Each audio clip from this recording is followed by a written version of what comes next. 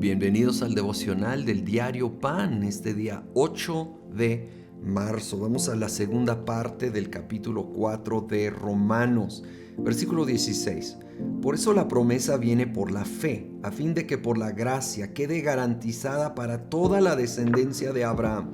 Esta promesa no es solo para los que son de la ley, sino para los que son también de la fe de Abraham, quien es el Padre que tenemos en común. Delante de Dios, tal como está escrito, te he confirmado como padre de muchas naciones. Así que Abraham creyó en el Dios que da vida a los muertos y que llama las cosas que no son como si ya existieran. Abraham, anciano, su esposa Sara, estéril. Sin embargo, Dios llama las cosas que no son como si fuesen. Y él habló y así sucedió. Y conocemos la historia. Abraham y Sara tuvieron a Isaac en su vejez. Y Abraham le creyó a Dios. Ahora quiero ligarlo con lo que sigue, 18. Contra toda esperanza Abraham creyó y esperó, y de este modo llegó a ser padre de muchas naciones, tal como se le había dicho. Así de numerosa será tu descendencia. Su fe no flaqueó, aunque reconocía que su cuerpo estaba como muerto, pues ya tenía unos 100 años y que también estaba muerta la matriz de Sara. Abraham le creyó a Dios, pero tuvo luchas y Génesis registra algunas de estas luchas. Fe no es total ausencia de dudas y luchas, es aferrarnos a creerle a Dios aún en medio de dudas y luchas. Es decidir, voy a seguir caminando confiando en Dios aunque me broten estas luchas y estas dudas. ¿Sí? No era negación de su realidad, dice claramente aquí el 19, su fe no flaqueó, aunque reconocía que su cuerpo estaba como muerto y también que Sara estaba estéril. Algunos manejan fe como una especie de negación de la realidad, pero no. Fe ve la realidad tal y como es, pero le cree más a Dios y su palabra que a esa realidad.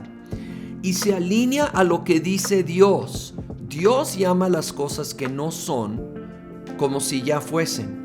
Y debemos alinearnos a lo que Dios dice en su palabra, en la Biblia, y hablar lo que Él dice en la palabra. Y yo sé que esto a veces se toma a extremos y se puede tomar de contexto.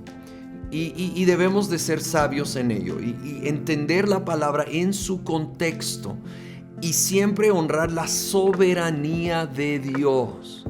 Pero también debemos ejercer la fe y creerle a Él y hablar como Él habla, creer como Él escribió y alinear nuestras ideas a la palabra de Dios. De nuevo, en su contexto, honrando su soberanía, con la clara convicción que a veces Él va a obrar en maneras que no vamos a entender y va a ser difícil en esos momentos. Sin embargo, el otro extremo es, pues básicamente, solo dejar que todo lleve su curso y es ignorar el llamado a ejercer la fe y orar y creer en la palabra de Dios, en el Dios que llama las cosas que no son como si fuesen. Y necesitamos aferrarnos a su palabra y aún arriesgarnos en este caminar de la fe, no negando la realidad, repito, reconociéndola y sometidos a Él y su soberanía en ese espacio que Él nos da, donde nos llama a cooperar con Él, a ser partícipes con Él en la fe.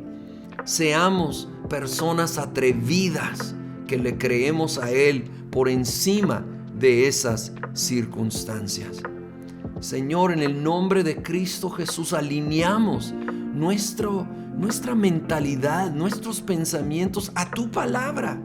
Señor, rendimos nuestros sentimientos a tu verdad, porque tu verdad es más real que nuestros sentimientos, que nuestras opiniones, que aún nuestras experiencias. Señor, ayúdanos a entender, a ser sabios, a hallar un balance saludable, Señor, de honrar tu soberanía, pero también estirarnos en la fe, porque te creemos a ti, que eres real, que eres poderoso, que eres bueno, en el nombre de Cristo Jesús. Amén.